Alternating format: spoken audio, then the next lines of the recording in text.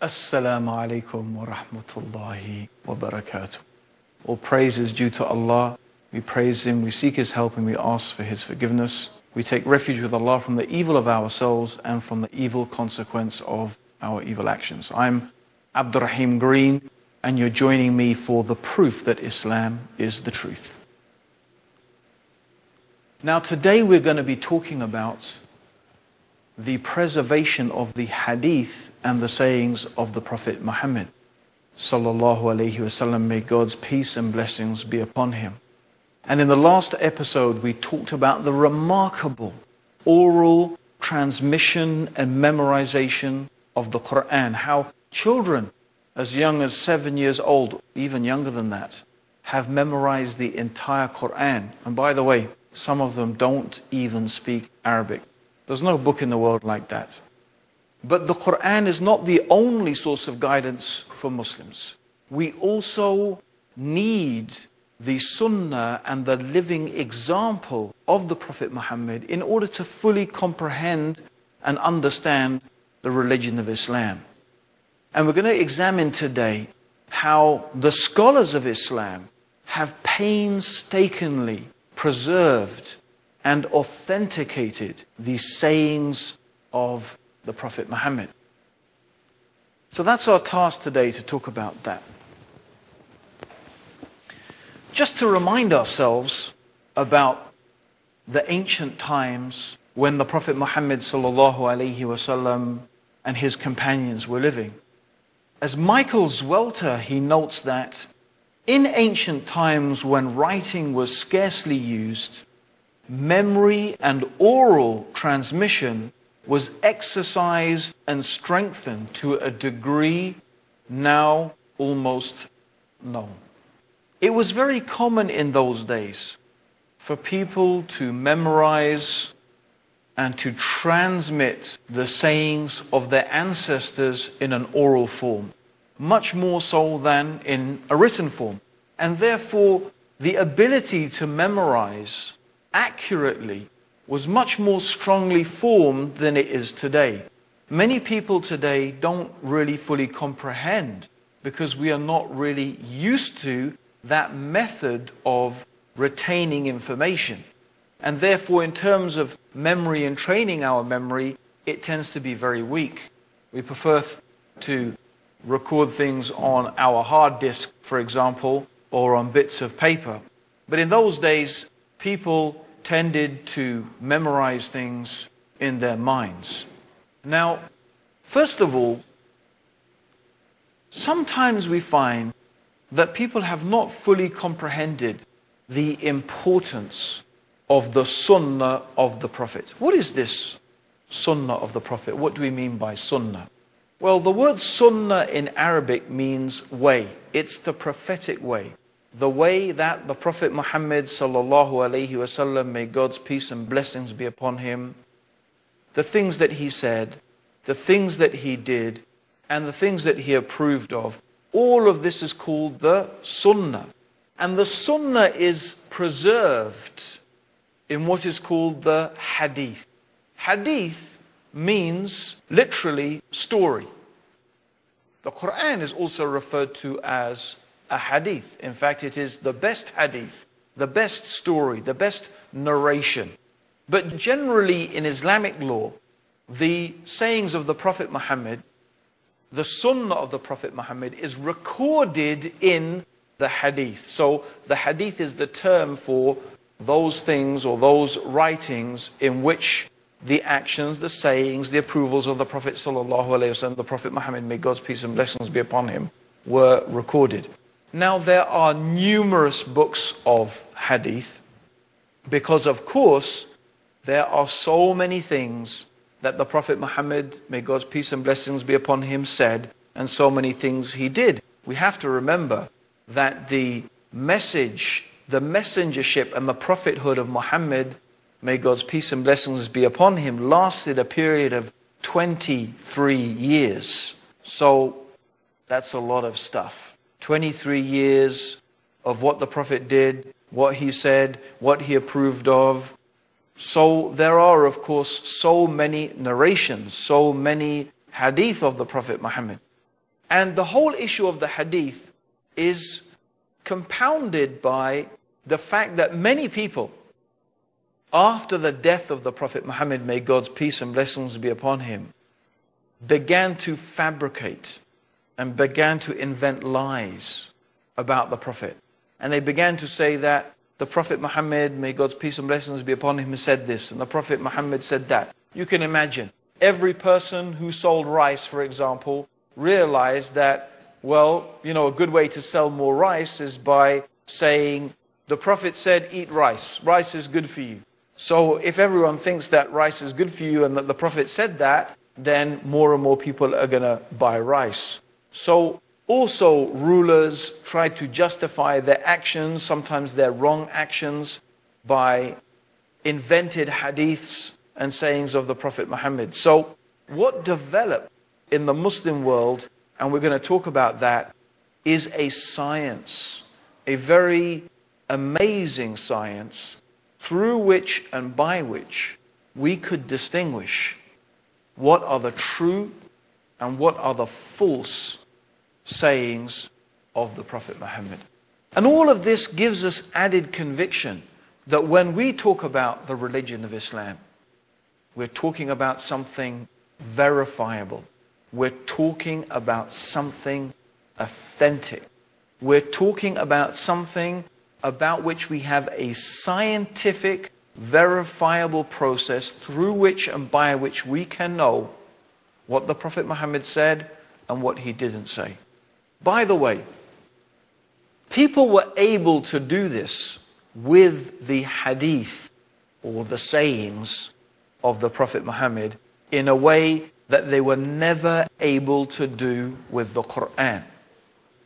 First of all, the Quran was memorized in its entirety by thousands of Muslims from the earliest days of Islam. Also, in terms of its text, as we have already mentioned, it was compiled and collected and collated from the earliest days of Islam.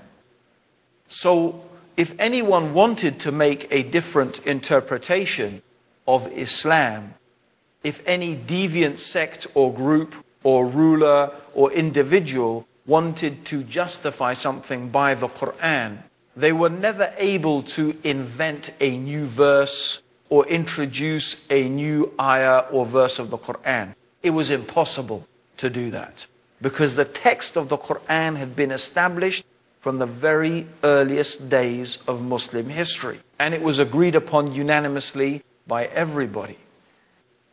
This was not the case with the hadith or the sayings of the Prophet.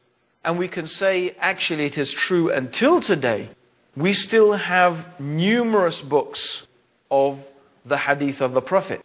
And we do not have any single book where all of the authentic hadith of the Prophet have been compiled in one place. We do have a collection of hadith that is rigorously and highly authenticated, and it is considered to be the most authentic textual reference in the religion of Islam after the Quran, and that is known as Sahih al-Bukhari. Sahih means good, sound, authentic. And al-Bukhari is the name of the imam or the scholar who collected these various traditions and sayings of the Prophet Muhammad, may God's peace and blessings be upon him. The next most authentic collection of prophetic traditions after Sahih al-Bukhari is Sahih Muslim. Again, that means the authentic and sound collection, but this time it was a collection that was compiled by Imam Muslim. He was also a very great scholar. The Quran says many times, Ya ayyuhal ladhina amanu atiyu Allah wa atiyu Rasul, which means, O you who believe, obey Allah and obey the Messenger. And we're going to talk a little bit more about that after the break. So don't go away. Join us for the preservation of the sayings of the Prophet in our series, The Proof That Islam is the Truth. Assalamu alaikum.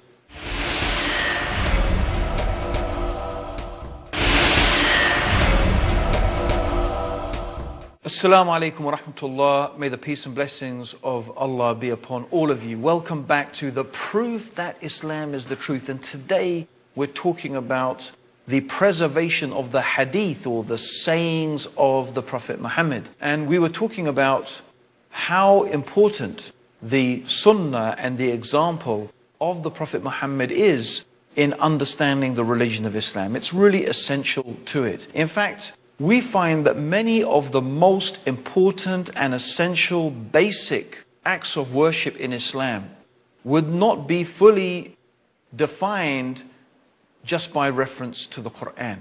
For example, let's take the 5 daily prayers. If you wanted to know how to pray 5 times every day, what are the times of the prayers? How should we say the prayers? How many units are there for each particular prayer? What do we say in each position in the prayer? What are the positions? What are the orders of the positions in the prayer? These things are not mentioned in the Quran. The only way that we know about these things is through the preservation of the example of the Prophet Muhammad. May Allah's peace and blessings be upon him.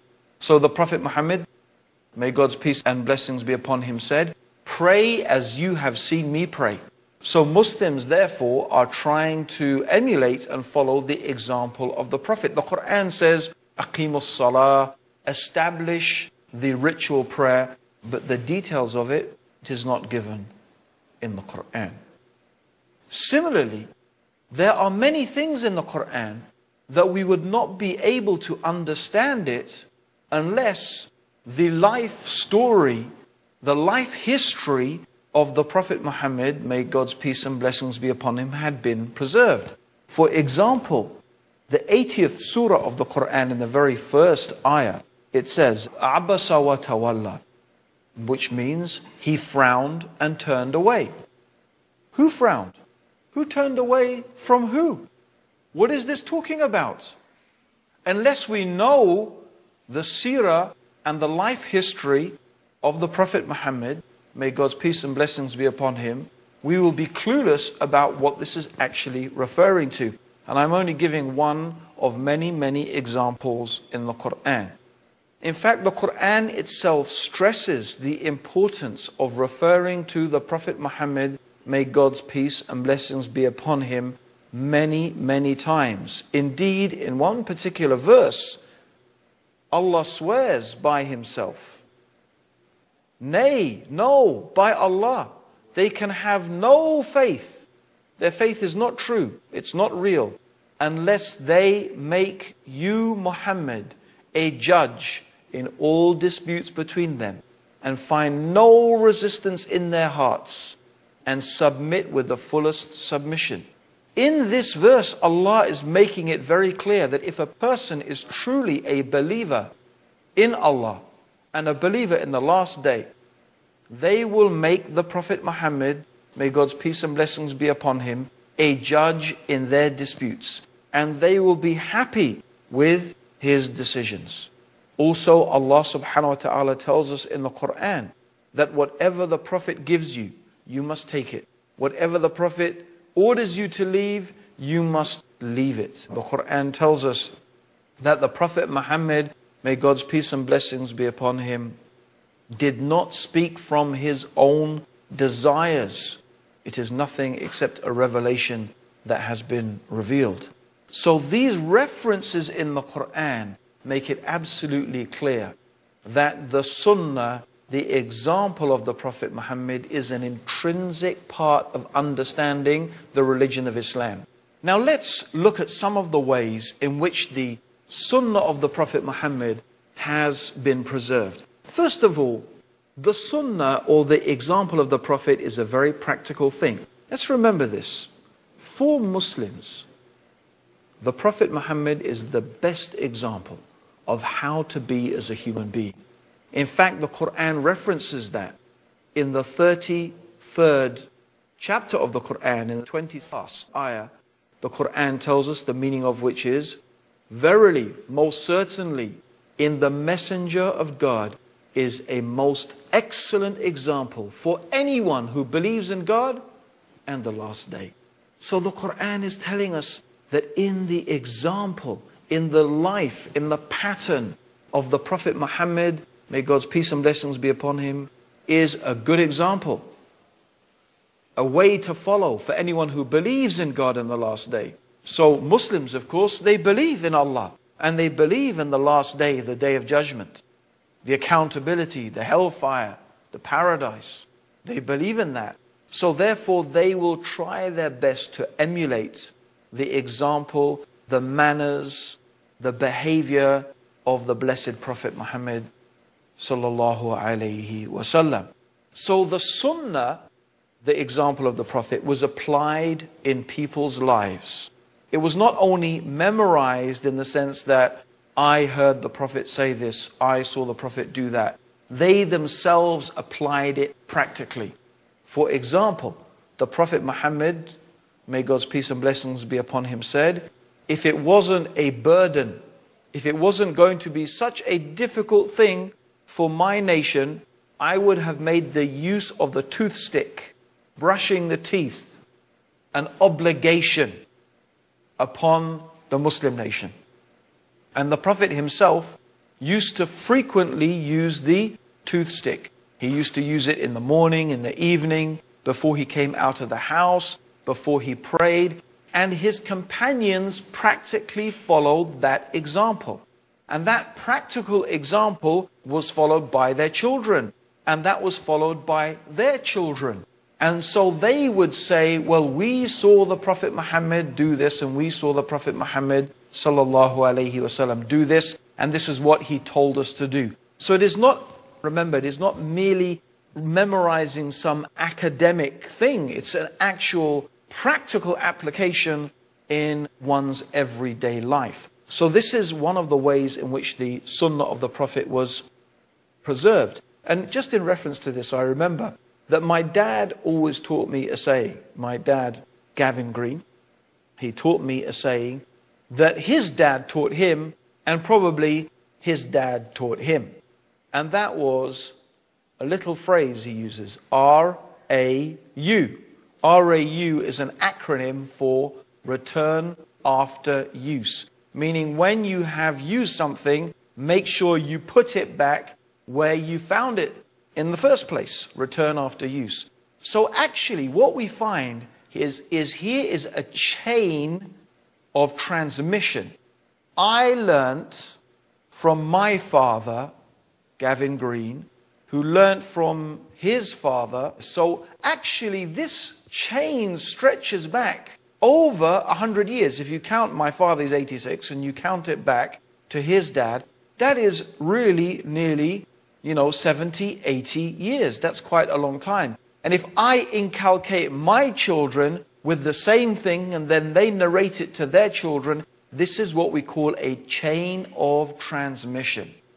This has a special term in Islamic terminology. It's called the isnad. And the isnad is a very, very important thing in the preservation of the sayings of the Prophet Muhammad. Because people began to invent things, and they began to invent sayings about the Prophet. So some of the companions, they said, okay, we will not accept anymore anyone coming along and saying, I heard the Prophet say this, I heard the Prophet said that. No, we want to know which companion of the Prophet Muhammad did you hear this from? And then they would go and check from this companion. Did you say this? Did you hear the Prophet Muhammad sallallahu alaihi wasallam say that? And if they discovered that the person was a liar and they had invented a lie, they would tell everybody. They would make it known publicly. This man lied against the Prophet. Don't believe him. He's a liar. He's a kadhab. He's an inventor of hadith of the Prophet. And one of the most strong hadith of the Prophet that is through a mutawatir transmission, and we mentioned what mutawatir is previously, is that whoever lies about me intentionally, let them put their seat in the hellfire. Whoever intentionally invents a lie against the Prophet, they are going to be destined to be burned in hell. It's a very, very severe thing.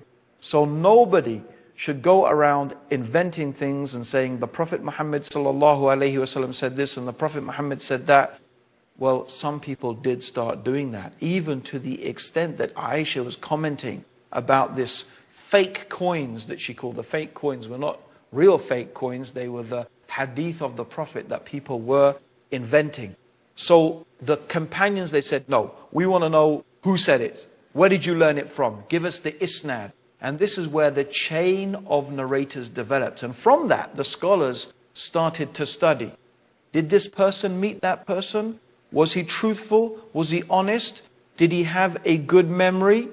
Was he a pious person? They began to check the character and the personality of every single person in this chain of narrators. And they did this in order to authenticate and make sure that every person in this chain was trustworthy, that either these people in the chain had met each other and had learned this hadith from each other. And they did all of this to ensure that there was a process in place through which and by which we could determine who and what were the things that the Prophet Muhammad, may God's peace and blessings be upon him, what did he really say, and what are the things that we have some doubts about whether he said it or not, and what things that, have been invented and lies attributed to the Prophet Muhammad sallallahu alaihi wasallam. Of course, this is really a very huge and extensive subject. It's really a science. It's something that people have dedicated their whole lives to, is to studying the science of the transmission and the accurate and authentic transmission of the sayings of the Prophet Muhammad. But of course, there have been scholars throughout the ages, Muslim scholars, who have dedicated their lives to this science. And they have compiled books, authentic books, like those I have already mentioned, like Sahih al-Bukhari and Sahih Muslim and the Sunan of Abu Dawud and the Sunan of Nasa'i. There are, anyway, a number of collections of books. When I say collections, but they are books where the hadith of the Prophet have been collected and they have been authenticated by the scholars of the hadith. So like I say, it is a very extensive subject, but all of this is to assure us that when we say a hadith of the Prophet is authentic, it's sahih, you can be sure that is something the Prophet Muhammad really did say or he really did do.